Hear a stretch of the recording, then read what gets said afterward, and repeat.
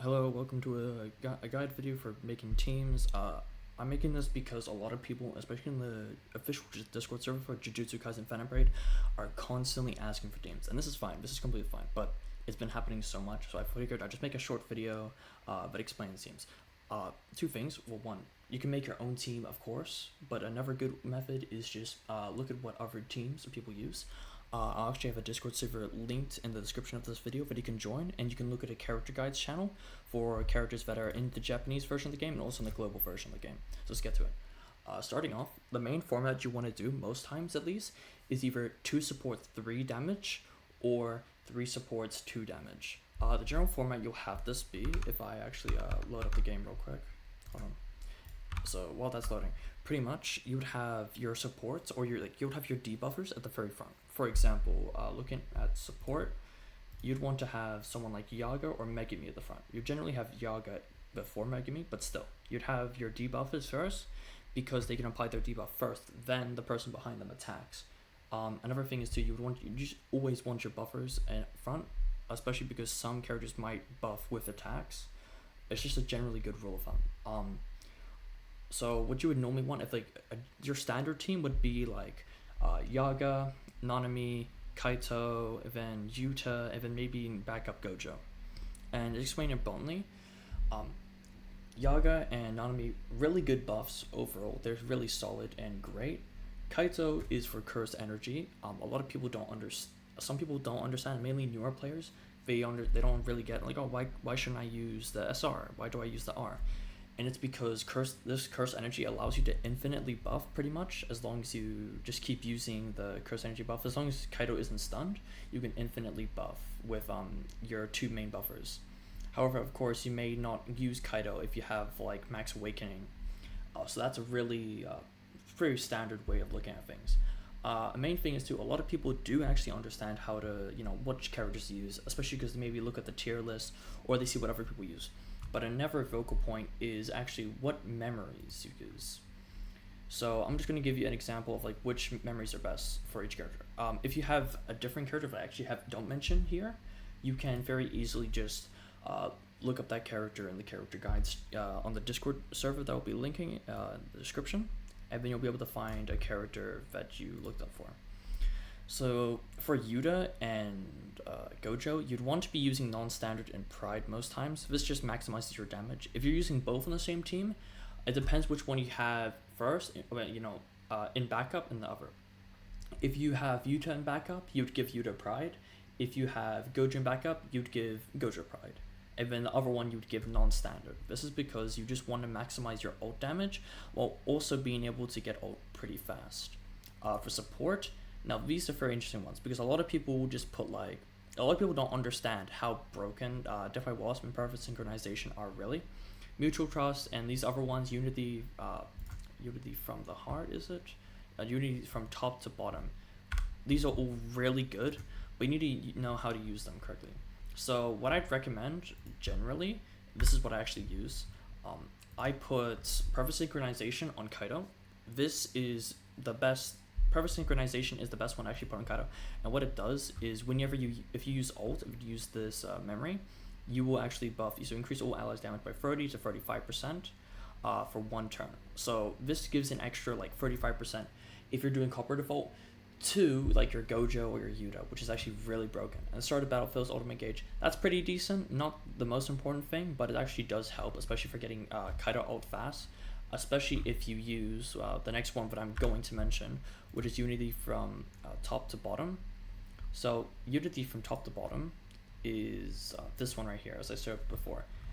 You'd want to put this on your Yaga, maybe your Nanami, but you'd probably want to put it on Yaga instead.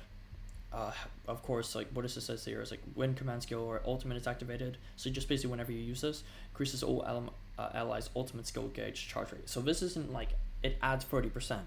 It means for those 2 next turns, they will gain more. So what this means is, like for example, if they get a break, they get even more. They get 30% of what they normally would for doing attack or doing a buff. I'm not quite sure about this, but I'm pretty sure from what I've seen, this also applies. Like for example, if you use this and then like on Yuta or like Megami or whatever, Then you use, let's say, rest for the adults, or use excellent shape, which are ones that just give you a good amount of ultimate gauge. I'm pretty sure it buffs that.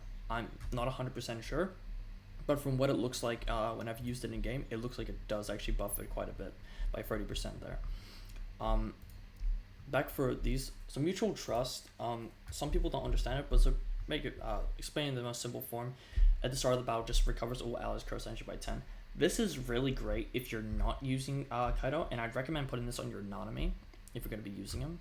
But actually, if we go to the Discord here, sweet. If you go to the Discord here, you'll just, it's like Phantom Prey Discord. This is a really good one. This isn't an official one, but it is very useful. So you have the official one here. This one's more of a fan one. But if you scroll down, and actually no, it's up here, I think. Yeah, up here. So Phantom Guides, you have character guides. Now here you can just search up any character you want. Like you maybe search up Gojo, you have With Infinite, so the domain. You have like all these different, you have all the different characters in their guides. So let's look at Yuda Akatsuki, because a lot of people don't know how to build them. You have the videos here, but at the very top, we can see here we have so these are the main comps. These are like your standard comps that you might want to replicate, and I would honestly recommend replicating them because they're very good. For this any attacker slot, you just put like, Gojo, Nobara, anyone really. But this Discord server is a really good place for looking at things. They also have like the materials, so this is actually like a really good on itself. But you have these skills breakdown, which is really good, and of course your top memories. So the ones that aren't listed in this one, it gives alternatives as well, especially for free to play, because a lot of people don't actually have non-standard, which is really sad.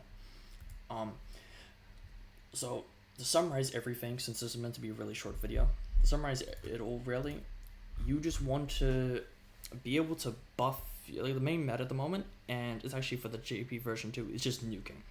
You want to maximize the amount of buffs that you can get onto your main damage, like your Gojo or your Yuda, and then you want to use ultimate when you have the most amount of buffs you can.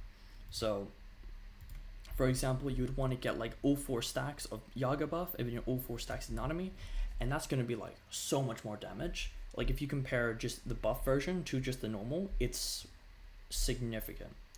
Characters like Megumi, when domain's expanded, or Yaga actually can debuff, which is decent, but the only main time you want to use debuff, if you're using Yaga, you want to use your buff.